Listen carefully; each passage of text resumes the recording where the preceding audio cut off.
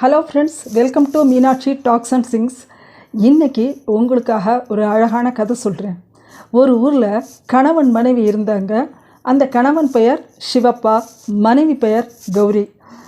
2 பேருமே கோப குணம் உடையவர்கள். கணவன் கத்துனா மனைவி கத்துவாங்க, மனைவி கத்துனா பதிலுக்கு கணவன் கத்துவார். இப்படியாக இருவரும் மாறி மாறி பேசி பெரிய சண்டையாக இருக்குது. அந்த வீடே நரகமாக இருக்குது. இப்படி போய்கிட்டு இருக்கும்போது அந்த ஊரில் ஒரு பெரிய மகான் ஒருத்தர் வராரு. எல்லா மக்களும் அவரை போய் தரிசனம் பண்ண போகிறாங்க. அப்போ கௌரியை என்ன பண்ணுறாங்கன்னா, நம்மளும் போய் தரிசனம் பண்ணலான்னு சொல்லிட்டு அந்த மகானை போய் வணங்கி தன்னுடைய வீட்டு நிலைமையெல்லாம் எடுத்து சொல்கிறாங்க. சொன்னவனே மகான் எல்லாத்தையும் கேட்டுக்குவார். கேட்டுட்டு, சரி கவலைப்படாதம்மா, நான் ஒரு மந்திரிச்ச ஒரு பொட்டலம் தரேன், இந்த பொட்டலத்தில் அரிசி இருக்குது, நீ வீட்டில் போய் உன் கணவன் கத்துனார்னா நீ எதுவுமே பேசாத, அந்த அரிசியை வாயில் போட்டுக்கோ, வாயில் போட்டுட்டு அமைதியாரு அப்படின்னு சொல்கிறார்.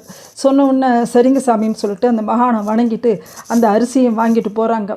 அந்த பொட்டலத்தை வீட்டில் கொண்டு போய் பத்திரமா வைக்கிறாங்க. சாமி ரூமில் வச்சுட்டு அன்னைக்கு இருக்கும்போது அன்னைக்கு கணவன் வரும்போது இந்த சாம்பார் ஏதோ தண்ணியாக இருக்குன்னு சொல்லிட்டு ஒரே கத்து.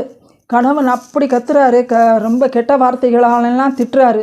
அப்போ கௌரி என்ன பண்ணிடுவான்னா, அந்த மகான் கொடுத்த அரிசியை சாமி ரூமில் வச்சுருக்கான் இல்லையா, அதை எடுத்து வாயில் போட்டுட்டு அமைதியாக இருக்கா, எதுவுமே பேசலை. அன்னைக்கு கத்திட்டு அவர் பார்ப்பார், போயிடுவார், பேசாமல் போயிடுவார். மறுநாளைக்கு ஏதோ ஒரு பிரச்சனை வந்துடும்போது அவங்க என்ன பண்ணுவார்னா, பயங்கரமாக கத்தி பயங்கரமாக சண்டை போடுறாரு. ஆனால் அவங்க எதுவுமே பேசினா அதே மாதிரியே அரிசி எடுத்து வாயில் போட்டுக்கிட்டு அமைதியாகிடுறாங்க. இப்படியாக தொடர்ந்து 3 நாள் அமைதியாக இருக்கிறத பார்த்துட்டு அவருக்கே ஒரே ஆச்சரியமாக இருக்குது. என்னடா நம்ம இப்படியெல்லாம் கற்றுனோம், ரொம்ப அமைதியாகிட்டாளே அப்படின்னு சொல்லிட்டு அதுக்கப்புறம் கணவனுக்கே ரொம்ப வருத்தம் வந்துடுது.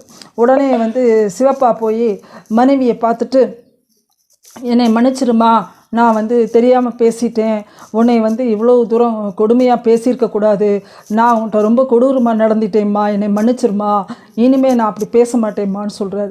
சொன்ன உடனேயே கௌரிக்கு ரொம்ப சந்தோஷம். உடனே அவளும் என்னை மன்னிச்சிருங்கன்னு சொல்லிட்டு கணவன் காலில் விழுந்து, நானும் தாங்க உங்களை பயங்கரமாக கத்திட்டேன், இனிமே நான் சண்டையை போட மாட்டேங்க உங்கள்கிட்ட, எதுவாக இருந்தாலும் நம்ம 2 பேரும் அமைதியாக பேசிட்டு அந்த நிலைமையை புரிஞ்சுக்கிட்டு நடப்போங்கன்னு சொல்லிட்டு 2 பேருமே அமைதியாகிடுறாங்க.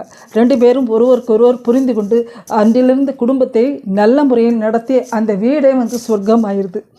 இந்த கதை உங்களுக்கு பிடிச்சிருக்கா ஃப்ரெண்ட்ஸ்? இதுலேருந்து நமக்கு என்ன தெரியுது அப்படின்னா, 2 பேர் சண்டையில் யாராவது ஒரு ஆள் அமைதியாக இருந்தோம்னா பிரச்சனையே இருக்காது. எதுவுமே பேசி கலந்து அமைதியாக அமைதியான முறையில் குடும்பத்தை நடத்தினா அப்படியே வாழ்வே சொர்க்கமாயிரும். இதுதான் இந்த கதை.